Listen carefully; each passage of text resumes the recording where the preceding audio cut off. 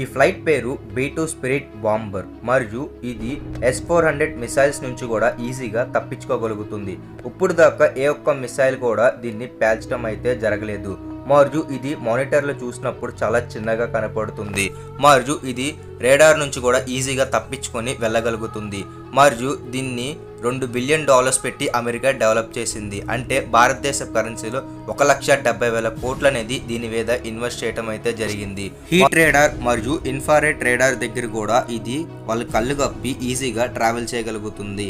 మరియు దీంతో పాటుగా అమెరికా ఇప్పుడు దాకా దీన్ని డెవలప్ చేయడానికి చాలా ఏళ్ళు టైం పట్టింది. మరియు దీనికి సంబంధించిన టెక్నాలజీకి ఏ దేశానికి కూడా అమ్మలేదు. మరియు అమెరికా ఇప్పుడు దాకా ఈ మిషన్ అనేది చాలా సీక్రెట్గా దీన్ని బిల్డ్ చేయడం అయితే జరిగింది.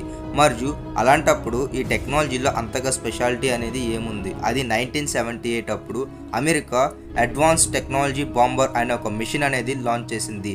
దీని కారణంగా శత్రు దేశానికి వెళ్ళి అక్కడ బాంబ్ వేసి వాటి రేడార్ నుంచి ఈజీగా తప్పించుకొని అది బయటకు వచ్చే విధంగా డెవలప్మెంట్ అనేది ఫైటర్ జెట్స్లో చేయాలనుకున్నారు. కాబట్టి ఈ మిషన్ అనేది వాళ్ళు ఎన్హాన్స్ చేశారు. కాబట్టి అప్పటి నుంచే ఈ మిషన్కి సంబంధించిన టెక్నాలజీస్ అనే వాడటం జరిగింది. 1999లో దీన్ని డెవలప్ చేయటం అయితే జరిగింది. 1997లో ఇది అందరి ముందుకు కనపడటం అయితే జరిగింది. మరియు మీరు కనుక B2 బాంబర్ని చూసుకున్నట్లయితే దానికి రెక్కలు అనేవి ఉంటాయి. మరియు దానికి ఎలాంటి టేల్ అయితే ఉండదు. మరియు ఇది ఎలాంటి రేడార్ నుంచి కూడా ఈజీగా తప్పించుకోగలుగుతుంది.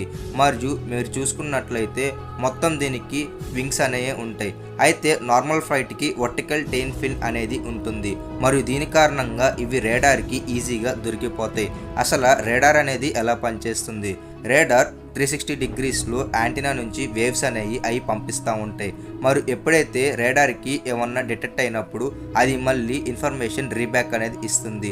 మరియు ఇక్కడే రేడార్ అనేది డిటెక్ట్ చేస్తుంది. లేకపోతే మీకు ముందే చెప్పినట్టుగా దాన్ని టెయిల్ అనేది ఒక మిర్రర్ లాగా యాక్ట్ చేస్తుంది. కాబట్టి ఈజీగా దొరికిపోతుంది.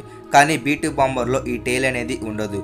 మరియు B2 బాంబర్ వైపు ఎప్పుడైనా సరే కూడా సిగ్నల్స్ పంపించినట్లయితే B2 బాంబర్ దాన్ని ఈజీగా డైవర్ట్ చేయటం అయితే జరుగుతుంది. కాబట్టి అక్కడ ఎలాంటి ఇన్ఫర్మేషన్ అనేది రేడార్కి చిక్కదు. మరియు దీంతో పాటుగా దాని మీద వేసిన ఒక టైప్ ఆఫ్ కోటింగ్. మరియు దీని కారణంగానే రేడార్ నుంచి చాలా ఈజీగా ఇది తప్పించుకోగలుగుతుంది. మరియు ఆ సీక్రెట్ కోటింగ్ ఏంటనేది ఇప్పుడు దాకా అమెరికా రివీల్ చేయడం అయితే జరగలేదు.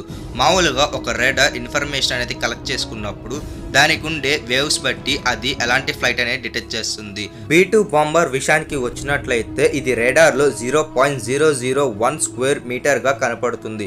అంటే ఒక చిన్న ఇన్సెక్ట్ లాగా కనపడుతుంది.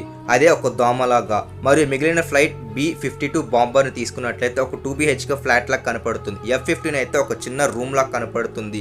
JF-17 తీసుకుంటే ఒక సింగిల్ సైజ్ బెడ్ లాగా కనపడుతుంది. రఫేల్ తీసుకుంటే ఒక పెద్ద పిల్లో లాగా కనపడటం అయితే జరుగుతుంది.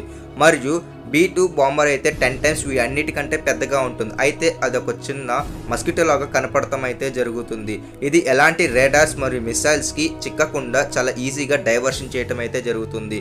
ప్రతి ఒక్క దేశం దగ్గర ఇన్ఫ్రారెడ్ సర్వేలెన్స్ సిస్టమ్ అనేది ఉంటుంది. ఎప్పుడైతే ఒక ఇంజిన్ అనేది గాల్లో నుంచి వేడి అనేది బయటకు పంపిస్తుందో అప్పుడు దాని వైపుకి రాకెట్ అనేది పంపించడం అయితే జరుగుతుంది. అయితే B2 బాంబర్లో ఈ వేడి అనేది బయటకు పంపించరు. మరియు బయట నుంచి ఒక ఫ్రెష్ ఎయిర్ తీసుకొని ఈ కంటామినేటెడ్ ఎయిర్తో మిక్స్ చేసి దాన్ని బయటికి పంపిస్తారు. కాబట్టి మిసైల్ అనేది గుర్తించడం అనేది చాలా కష్టంగా ఉంటుంది. మరియు దీంతో పాటుగా ఇది రేడార్ ఒక సిగ్నల్స్ అనేవి కన్ఫ్యూజ్ చేయటం అయితే జరుగుతుంది. అది ఎలా అంటే ముందుగా ఆ రేడార్ ఒక ఫ్రీక్వెన్సీ అనేది ఇది కనిపెడుతుంది. మరియు సేమ్ ఫ్రీక్వెన్సీతో రేడార్కి రిటర్న్ మెసేజ్ అనేది పంపిస్తుంది.